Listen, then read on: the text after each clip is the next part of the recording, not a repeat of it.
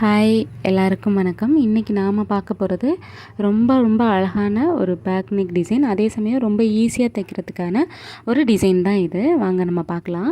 இப்போ நீங்கள் எந்த அளவுக்கு மெஷர்மெண்ட் எடுத்து கழுத்து வெட்டியிருக்கீங்களோ அந்தளவுக்கு நீங்கள் வெட்டிக்கோங்க. அந்தந்த சைஸுக்கு ஏற்ற மாதிரி மாறும் இல்லையா? இது நான் நார்மலாக இருக்கிற ஒரு ப்ளவுஸ் தான். உங்களோட ஷேப்புக்கு ஏற்ற மாதிரி நீங்கள் கழுத்தை மட்டும் கட் பண்ணிக்கிட்டு, இப்போ நான் வச்சுருக்கிறது கேன்வாஸு. ப்ளவுஸு லைனிங் வெட்டுவீங்க இல்லையா, அப்போவே கேன்வாஸையும் நம்ம வெட்டிக்கிடலாம். வெட்டிட்டு இந்த மாதிரி நம்ம டிசைன் மேக் பண்ணலாம். வாங்க இப்போ பார்ப்போம். சாரியோட கிளாத் இருக்கு இல்லையா, சாரியோட கிளாத்தை நான் கொஞ்சம் நீட்டமாக வெட்டிட்டு அதை ரெண்டாக மடித்து இடையில தையல் போட்டு இந்த கேன்வாஸ் வச்சு நான் அடிச்சுக்கிறேன். ஃபஸ்ட்டு நம்ம இது மாதிரி அயர்ன் பண்ணிக்கிறணும். எக்ஸஸாக இருக்கிறதெல்லாம் நம்ம கட் பண்ணி விட்டுட்டு நம்ம மடக்கி அடிக்க போகிறோம். நீங்கள் பார்த்தீங்கன்னா நான் எந்த மாதிரி தைக்கிறேன் அப்படிங்கிறத நீங்கள் பார்க்கும்போது உங்களுக்கு புரியும். அந்த ஓரத்திலே தான் நம்ம தையல் போடணும்.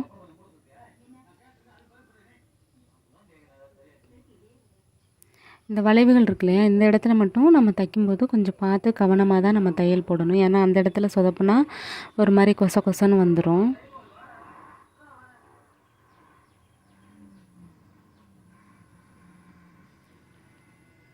கொஞ்சம் ஓரமாக நிதானமாக நம்ம தையல் போடும்போது ரொம்ப அழகாகவே நம்ம இந்த தையல் போட்டு முடிச்சிடலாம். ப்ளவுஸோட அகலமும் உங்களுக்கு ப்ளவுஸோட சைஸை பொறுத்து. ஏன்னா கொஞ்சம் பெருசாக இருந்துச்சுன்னா அதை நம்ம கொஞ்சம் அகலப்படுத்தி நம்ம வைக்கலாம். சின்னதாக இருந்துச்சுன்னா சின்னதப்படுத்தி நம்ம வைக்கலாம். பார்த்திங்களா, அவ்வளோதான், நம்ம முடிச்சிட்டோம். இப்போ இதுக்கு பிறகு இது மேலே நம்ம வைக்கிறதுக்கான சின்ன சின்ன டிசைன் நம்ம எப்படி தைக்கிறது, எப்படி தயார் பண்ணி இதில் வைக்கிறது அப்படிங்கிறத நம்ம பார்ப்போம். இப்போது இந்த குட்டி குட்டியாக இந்த மாதிரியான டிசைன் எப்படி நம்ம இது மடிக்கிறது அப்படிங்கிறதுக்கான வீடியோ போட்டிருக்கேன். இதுலேயுமே காமிக்கிறதுனால தான் ஃபுல்லாக காட்டலை. ஏன்னா ஃபுல்லாக நான் மடித்து தைக்கிற வரைக்கும் காட்டினோன்னா கொஞ்சம் ஒரு 10 நிமிஷம் இந்த மாதிரி ஆகும் இல்லையா. ரொம்ப நேரம் ஆகாது. இந்த மாதிரி வெட்டி தைக்கிறதுக்கு ஒரு 5 நிமிஷம் 10 நிமிஷம் ஆகும். அதனால தான் இதோட நம்ம எப்படி தைக்கிறது அப்படிங்கிறதுக்காக மட்டும் நான் காமிச்சிருக்கேன். ப்ளவுஸ் இது சாரீ ப்ளவுஸோட துணி. சாரியோட துணியை தான் நான் நம்ம இப்போ கேன்வாஸ் வச்சு பிரட்டியிருக்கோம் இல்லையா, அதுக்கு நம்ம யூஸ் பண்ணியிருக்கோம். இது ப்ளவுஸோட துணி. உங்களுக்கு சாரீ கொடுக்குறப்போ சில பேர் கான்ட்ராஸ்ட்டாக இருக்கும் இல்லையா, அந்த மாதிரி கொடுக்க சொல்லுவாங்க. சில இதில் எப்படி உங்களுக்கு எது மாதிரி தோது இருக்கோ அந்த மாதிரி நீங்கள் பார்த்துக்கிட்டு இந்த மாதிரி குட்டி குட்டியாக நீங்கள் வச்சு கூட தைக்கலாம். சில பேர் கோல்டன் கலர் கூட வச்சு தைப்பாங்க. அந்த மாதிரியும் கூட நீங்கள் ஈஸியாக தைச்சிக்கிடலாம். இப்போ எக்ஸஸாக இருக்கிறதெல்லாம் நம்ம கட் பண்ணி எடுத்து வச்சுக்கிறணும். கட் பண்ணி எடுத்துகிட்டு அந்த நம்ம இதில் லாங்காக தையல் போட்டிருக்கோம் இல்லையா, எல்லாத்தையுமே நம்ம குட்டி குட்டியாக சின்ன சின்ன ரோஜா இதழ் மாதிரி குட்டி குட்டியாக இருக்கிறத நம்ம கட் பண்ணி எடுத்துக்கிடணும். இப்போது ப்ளவுஸோட பின் சைடு லைனிங்கையும் ப்ளவுஸும் வச்சுருப்போம், லைனிங்கையும் துணியையும் சேர்த்து தைச்சிருப்போம் இல்லையா, அதோட பின் சைடு வச்சு நம்ம இதை எப்படி பெரட்டுறது அப்படிங்கிறத பார்க்கலாமா.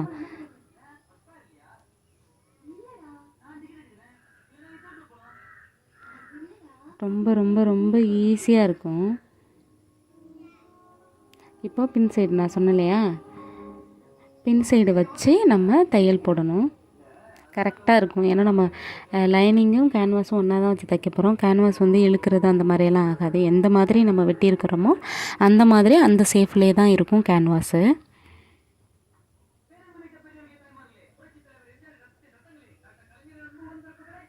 பார்த்திங்கன்னா அதிலேயே அப்படியே நம்ம வச்சு தைக்கணும்.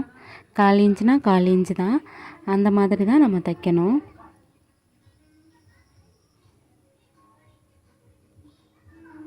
இந்த மாதிரி நீங்கள் செய்கிறப்போ ரொம்ப ரொம்ப ஈஸியாகவும் இருக்கும்.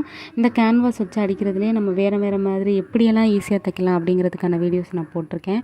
என்னோடய ப்ளேலிஸ்ட்டில் நீங்கள் போய் செக் பண்ணி பாருங்கள். ப்ளவுஸோட பேக் நெக் டிசைன்னு நிறையா வீடியோஸ் நான் போட்டிருக்கேன். அதில் நீங்கள் போய் செக் பண்ணி பார்த்துக்கிடலாம். அந்த வளைவுக்கிட்டலாம் கொஞ்சம் கொஞ்சமாக அந்த தையல் கட் பண்ணுறோம் இல்லையா, அது பார்த்து கட் பண்ணணும். இல்லைனா தையல் விழுந்துருச்சுன்னா திருப்பி அடிச்சுட்டு நம்ம பெரட்டுற மாதிரி இருக்கும். இப்போ அப்படியே பெரட்டி விட்டுக்கிடலாம்.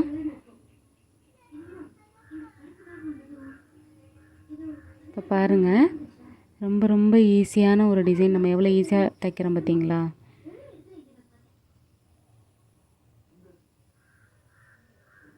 இந்த மாதிரி டபுள் கலராக இருக்கிறப்போ நல்லாயிருக்கும்.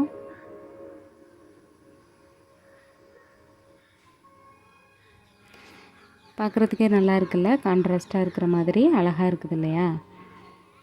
இந்த மாதிரியான கலர் கொடுத்து நம்மளை டிசைன் வைக்க சொன்னால் நமக்கு ஈஸியாக இருக்கும். சில பேர் ஒரே மாதிரி கலரை கொடுத்து டிசைன் வைங்கன்னா எதுவும் ஒரு ரெஃபரன்ஸ்க்காவது இந்த மாதிரி தைங்க அந்த மாதிரி தைங்கன்னு சொன்னால் நம்ம ட்ரை பண்ணி கண்டிப்பாக அதே மாதிரி தைச்சி கொடுத்துடலாம். ஆனால் எதுவுமே இல்லாமல் சும்மா தைங்க இதில் லேஸும் வைக்கக்கூடாதுங்கிறாங்க. லேஸ் இல்லாமல் எப்படி டிசைன் தைக்கிறதுன்னு எனக்கு தெரியலை. தைக்கலாம், நம்ம அந்தளவுக்கு எஃபோர்ட் போட்டு பைப்பிங்லாம் போட்டு உருட்டி அடித்து தைக்கிறதுக்கு அந்த அமௌண்ட்டு கொடுப்பாங்களா? அதுவும் தர மாட்டாங்க. என்ன பண்ணுறது? டைலர்னாலே இதெல்லாம் நம்ம சந்திக்கிற மாதிரி தான் இருக்குது. இப்போ அதோட நம்ம மடக்கி அடிச்சுட்டு அது மேலே இன்னொரு தையல் போட்டுக்கிடலாம். சில பேருக்கு இப்படியே பிடிச்சிருக்குனாலும் இப்படியே நீங்கள் கொடுத்துடலாம். அது மேலே மட்டும் லேஸ் வச்சு அடித்து கொடுத்துட்டு நீங்கள் முடிச்சு விட்டுறலாம். அதுக்கும் பார்க்குறதுக்கும் அழகாக தான் இருக்கும். இப்போ நம்ம கட் பண்ணி வச்சுருக்கோம் இல்லையா, குட்டியாக அதையெல்லாம் இதில் ப்ளேஸ் பண்ண போகிறோம். இந்த வீடியோ கொஞ்சம் பெரிய வீடியோ தான், நான் ஒரு 10 நிமிஷத்தில் கொடுத்துருக்கேன். ஏன்னா ரொம்ப லாங்காக போனால் நீங்கள் பார்க்க மாட்டேங்கிறீங்க.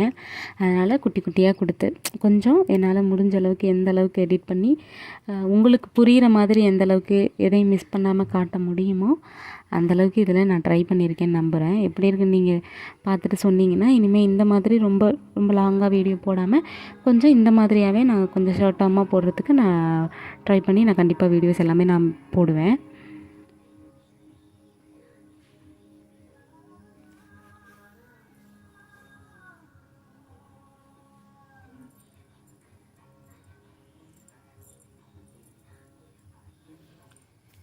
இந்த மாதிரி குட்டியாக இருக்கு இல்லையா, நம்ம இதே மாதிரி அந்த தையல் போட்டோம்ல அதுலேயே நம்ம வச்சு அப்படியே தைக்க வேண்டியதான்.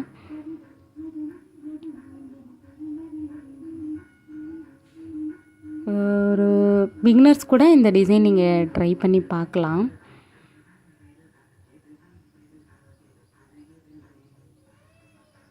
அழகாக இருக்கும். நீங்கள் பார்க்குறதுக்கு இந்த மாதிரி தைச்சிட்டு போட்டுட்டு பார்த்தீங்கன்னா பின்னாடி அழகாக இருக்கும்.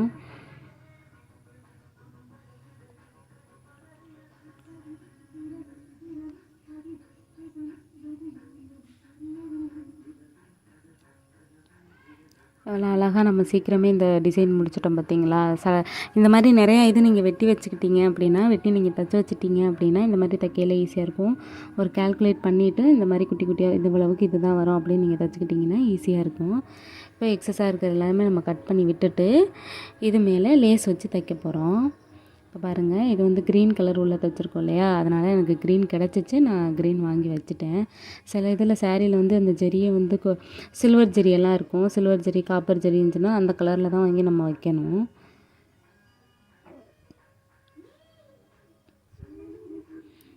ஒருத்தவங்க கமெண்ட்டில் போன ப்ளவுஸு பேக் நெக் டிசைனை பார்த்துட்டு நீங்கள் வைக்கிற லேஸ் நல்லாயிருக்கு, இந்த லேஸ் எங்கே வாங்குனீங்க அப்படின்னு சொல்லி கேட்டிருந்தாங்க. நான் எல்லாமே எங்கள் ஊர்லேயே தான் வாங்கிக்குவேன். திருமயத்திலே வாங்கிக்குவேன் நான் ஒரு சில நேரம். புதுக்கோட்டையில் நான் வாங்கலாட்டியும் திருமயத்தில் தான் நான் லேஸ் வாங்கிக்குவேன். அப்போதைக்கு புதுசாக என்னென்ன மாதிரி வருதோ அந்த மாதிரி லேஸ் கேட்டு தான் நான் வாங்குவேன். பழசு ரொம்ப அதிகமாக வாங்க மாட்டேன். அழகாக இருக்கு இல்லையா? இப்போ இன்னொரு தையல் நம்ம போட்டு முடிச்சுக்குவோம். இதுலேயே இன்னொரு தையலும் நம்ம போட்டு பார்க்குறப்போ நல்லாயிருக்கும்.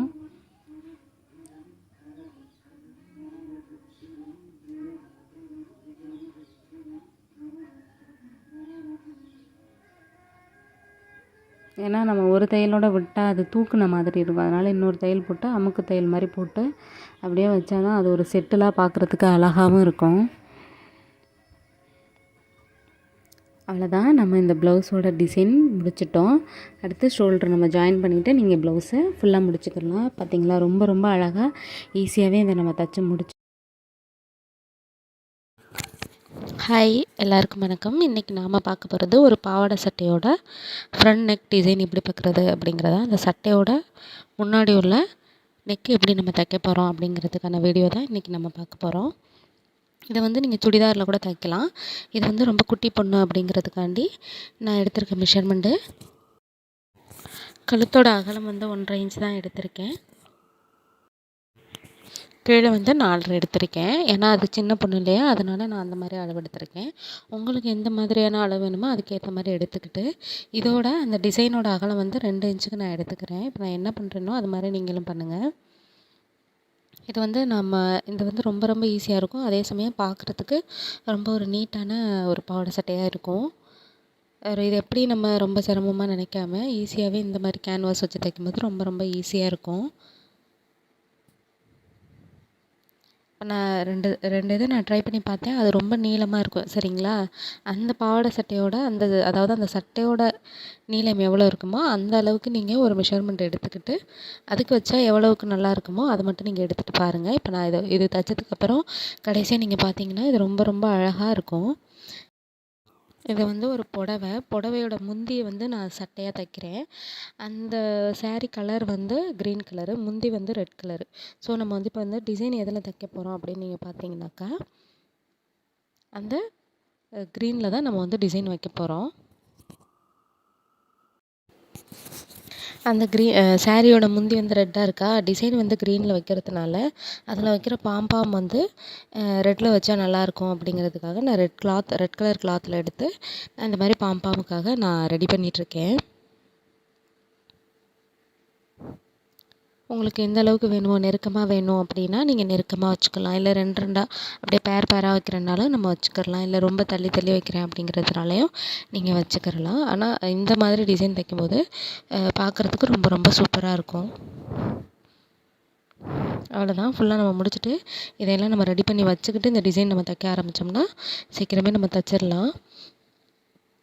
இப்போ உங்களுக்கு ஒரே கிளாத்தாக இருக்கும் இல்லையா, அதில் வந்து பாம்பாம் வைக்கிறது கொஞ்சம் சிரமம். அதனால் நான் இப்போ என்ன பண்ணுறேன் அப்படின்னா சென்டரை வந்து 2ஆக கட் பண்ணிவிட்டு இப்போது நம்ம கட் பண்ணி ரெடி பண்ணி வச்சுருக்கோம் இல்லையா பாம்பாமை, அதை வந்து இதில் ஒன்று ஒன்றா நம்ம எப்படி வைக்கிறது அப்படிங்கிறத பார்க்குறோம். கிட்டத்தட்ட நம்ம எல்லாமே ரெடி பண்ணிவிட்டு அதுக்கு பிறகு தான் கேன்வாஸ் வச்சு நம்ம கேன்வாஸில் வச்சு நம்ம எல்லாம் முடிச்சிட்டோம் அப்படின்னாலே இந்த டிசைன் ஓவரால் வந்து சீக்கிரமே முடிஞ்சிடும். இது வந்து நீங்கள் வந்து சுடிதாருக்கு ஏதாவது ஒரு அம்பர்லா கட்டு அந்த மாதிரி இருக்கு இல்லையா, அதுக்கெல்லாம் ஃப்ரண்ட்டில் வந்து நீங்கள் இந்த மாதிரி யூஸ் பண்ணலாம். இல்லை ப்ளவுஸில் கூட பின்னாடி இது மாதிரி பண்ணாட்டியும் இது மாதிரி கொஞ்சம் நீங்கள் டெவலப் பண்ணி நீங்கள் பண்ணலாம். இப்போ பாருங்கள், நான் ஒன்று ஒன்றா கொஞ்சம் நெருக்கமாக தான் வைக்கிறேன்.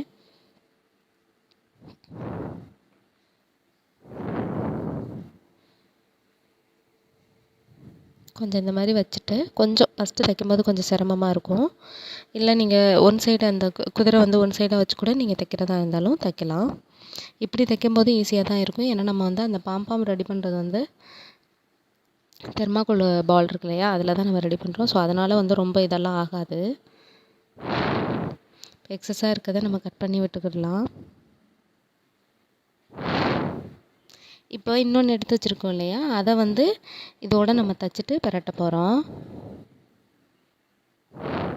ஏன்னா இந்த மாதிரி நீங்கள் தைக்கும்போது எந்த இடத்துலையும் பிசுறோ எதுவுமே தட்டாது.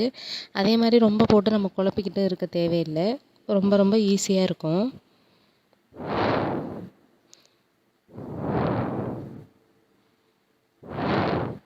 இப்போ மேலே ஒரு அமுக்கு தையல் போட்டுக்கோங்க. பாருங்கள் எவ்வளோ அழகாக இருக்குது பார்த்தீங்களா. இதுக்காக தான் சென்டரில் நம்ம இது மாதிரி தைக்கிறது.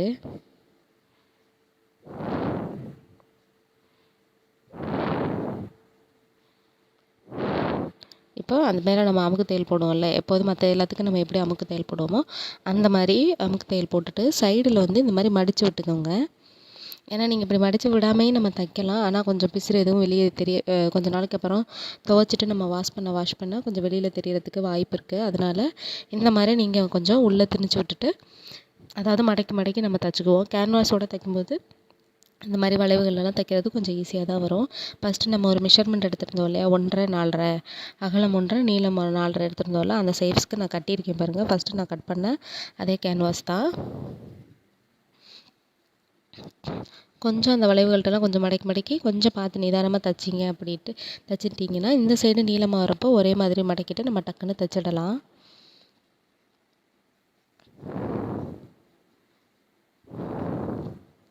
பாருங்கள் எவ்வளோ அழகாக சிம்பிளாக நம்ம முடிச்சிட்டோம் பார்த்தீங்களா. அடுத்து வந்து சட்டை, அதாவது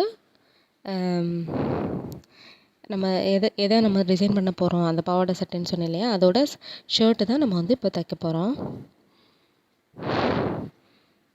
இந்த மாதிரி நம்ம ஏற்கனவே வெட்டி வச்சுருக்குறோம். அந்த மெஷர்மெண்ட் எந்த அளவுக்கு நம்ம மெஷர்மெண்ட் வெட்டி வச்சுருக்கோமோ அந்தளவுக்கு நம்ம வெட்டி வச்சுருக்குறோம்.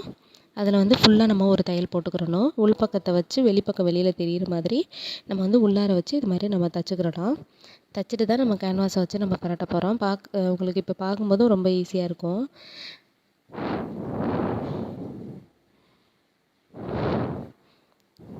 அவ்வளோதான். நான் வந்து கொஞ்சம் வேகமாக தான் இதெல்லாம் நான் இந்த ப்ராசஸ்லாம் கொஞ்சம் வேகமாக தான் இதில் வந்து காட்டியிருக்கேன். இப்போ வந்து நம்ம சென்ட்ரு பாயிண்ட்டை நம்ம எடுத்துக்கிறணும். இதில் சென்ட்ரு பாயிண்ட் எதுன்னு நம்ம பார்த்துக்கிடணும். இந்த சென்ட்ரு பாயிண்ட்லேருந்து நம்ம 1 1/2 எடுத்தோம் இல்லையா, அதை நீங்கள் மார்க் பண்ணிக்கிடணும். பாருங்கள், இதுலேயும் சென்ட்ரு பாயிண்ட் எடுத்துக்கோங்க. இதில் சென்ட்ரு பாயிண்ட் எடுத்தும் நீங்கள் இது பண்ணலாம். இல்லாட்டி இந்த வளைவில் நம்ம அப்படியே வெட்டியிருக்கோம் பாருங்கள், அதோடு நம்ம கட் பண்ணிவிட்டு கூட நம்ம மார்க் பண்ணி தைக்கலாம். அந்த மாதிரியும் நான் வீடியோஸ் போட்டிருக்கேன். என்னோடய பழைய வீடியோஸில் நீங்கள் போய் பாருங்கள். இப்போது பின்னாடி வந்து இதோட ஃப்ரண்டை வச்சுட்டு டிசைனோட ஃப்ரண்டு நம்மளோட சட்டையோட பேக் சைடு இப்படி வச்சு நீங்கள் தைச்சிட்டு பெரட்டி தான் நம்ம தைக்க போகிறோம். ஃபினிஷிங் பார்த்திங்கன்னா செம்மையாக இருக்கும்.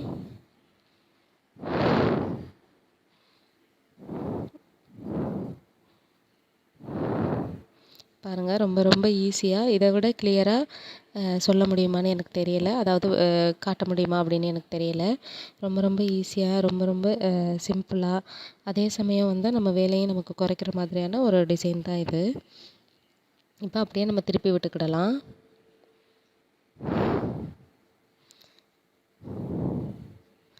பார்த்துக்கோங்க. இப்போ திருப்பிட்டு நம்ம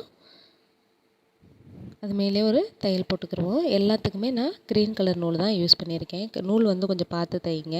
கலர் நூல் போட்டால் ஒரு தையல் தானே, அதனால் என்னன்னு மட்டும் பார்க்காதீங்க. அந்த கலர் நூல் அடிக்கும்போது தான் இந்த டிசைன் வந்து ஃபுல்ஃபில்லாகவே இருக்கும். இப்போ நம்ம இந்த கழுத்து முடிச்சிட்டோம். பார்த்திங்களா எவ்வளோ நீட்டாக, எந்த இடத்துலையுமே பிசுறு இல்லாமல் எவ்வளோ ஒரு அழகாக இருக்குது பார்த்திங்களா. இப்போ இந்த சைட்லலாம் நம்ம ஒரு தையல் போட்டுக்கிறணும். என்னோடய எல்லா வீடியோவும் நீங்கள் கண்டிப்பாக பாருங்கள். எல்லாத்துலேயுமே இதே மாதிரி நான் எவ்வளோ ஈஸியாக நம்ம தைக்கலாம், எவ்வளோ சிம்பிளாக நம்ம தைக்கலாம், அதே சமயம் சீக்கிரம் நம்மளால் முடியும், எல்லா வீடியோஸுமே நான் போட்டிருக்கேன். என்னோடய வீடியோஸ் எல்லாமே நீங்கள் ப்ளேலிஸ்ட்டில் இருக்குது, நீங்கள் போய் செக் பண்ணிக்கோங்க. எவ்வளோ அழகாக இருக்குது பாருங்கள். இதை நீங்கள் வந்து சுடிதாரில் ட்ரை பண்ணலாம். குர்த்தி மாதிரி தைக்கிறீங்க அப்படின்னா அதில் ட்ரை பண்ணலாம். அம்பர்லா கட் சுடிதார் அந்த மாதிரி கூட நீங்கள் எல்லாத்துலேயும் ட்ரை பண்ணலாம். என்னோடய வீடியோஸ் எல்லாம் பிடிச்சிருந்தா ஷேர் பண்ணுங்கள், லைக் பண்ணுங்கள், சப்ஸ்கிரைப் பண்ணுங்கள். தேங்க்யூ.